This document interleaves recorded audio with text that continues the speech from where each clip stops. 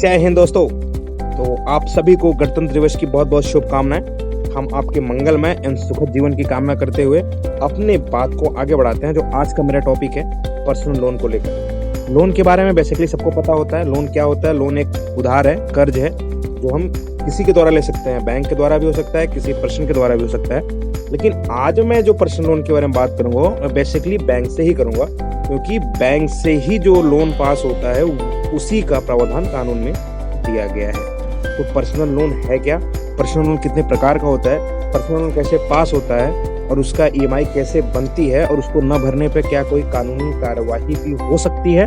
आज हम इस पर चर्चा करेंगे। आपसे निवेदन करेंगे कि आप एक भी पॉइंट मिस मत करिएगा। एक छोटी से छोटी पॉइंट आपके काम आ सकती है और आपके जीवन में जो टेंशन है पर्सनल लोन को लेकर शायद वो क्लियर कर सकती है। तो आप लोग तैयार रहें और पूरी वीडियो देखें और मुझे पक्का विश्वास है आपको ये वीडियो देखने के बाद कुछ न कुछ सपोर्ट जरूर मिलेगा। तो आगे बढ़ते हैं और शुरू करते हैं।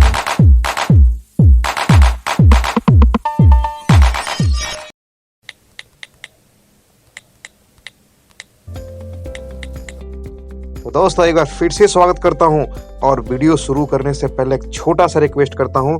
अगर आप हमारे चैनल पे नए हैं तो प्लीज़ सब्सक्राइब बटन को टैप करके सब्सक्राइब कर लें और बेल आइकॉन को ऑन कर लें और प्लीज़ इस वीडियो को देखें, शेयर करें, लाइक करें। आपके एक शेयर से किसी को सपोर्ट मिल सकती है।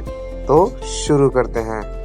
सबसे पहले तो पर्सनल लोन उसे कहते हैं जो कोई व्यक्ति किसी पर्सनल काम जैसे कोई महंगी वस्तु खरीदने या दूसरे किसी काम के लिए बैंक से लेते हैं। तो व्यक्तिगत लोन यानी पर्सनल लोन दो तरह का होता है। पहला होता है सुरक्षित व्यक्तिगत लोन, जिसे इंग्लिश में सिक्योर पर्सनल लोन कहते हैं, और दूसरा असुरक्षित व्यक्तिगत लोन, जिसे अनसिक्योर पर्सनल लोन भी कहते हैं।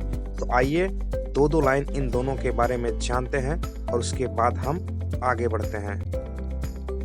तो पहला सिक्योर पर्सनल लोन यानी व्यक्तिगत सुरक्षित लोन की बात करें तो इसके लिए बैंक आपकी कोई चीज संपत्ति गारंटी यानी श्योरिटी के रूप में मांगता है।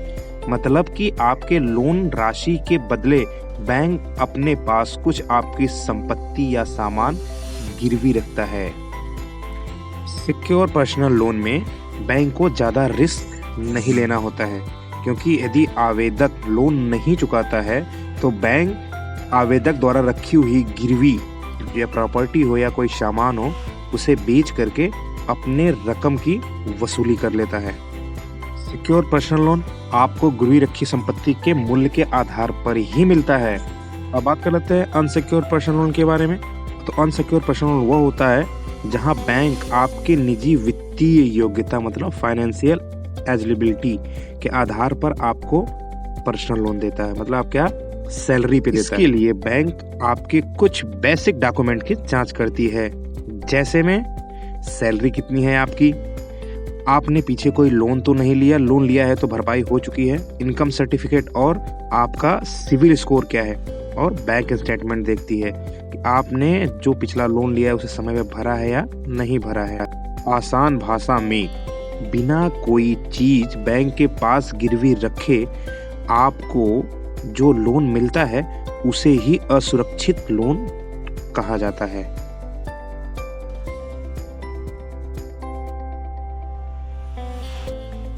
लेकिन इस लोन में बैंक का रिस्क ज्यादा होता है।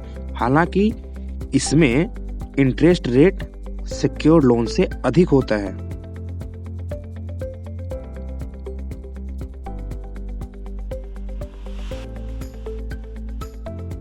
बात करते हैं सिक्योर पर्सनल लोन न चुकाने पर क्या होगा।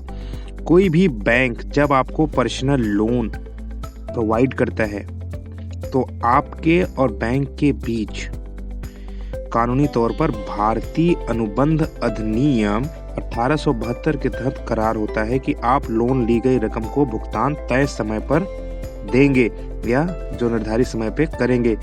यदि ऐसा नहीं होता है तो आपका अमाउंट अनियमित माने इनरेगुलर हो जाएगा और इस स्थिति में बैंक के पास अधिकार रहता है कि वह अपने पैसे की वसूली के लिए कानूनी का सहारा ले।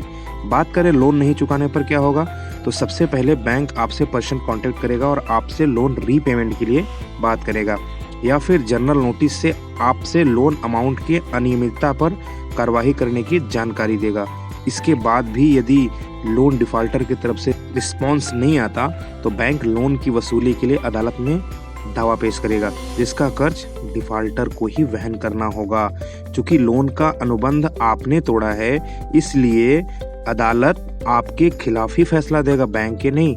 लोन लेते वक्त यदि आपने बैंक को भावी चेक दिया होगा तो बैंक उसे अदालत में प्रस्तुत करेगा और चेक बिना भुगतान वापस किए विनिमय साध्य विलेख अधिनियम की धारा 138 के तहत अलग से कानूनी कार्रवाई की जाएगी। इस धारा के तहत जेल और जुर्माना की सजा दोनों निर्धारित है।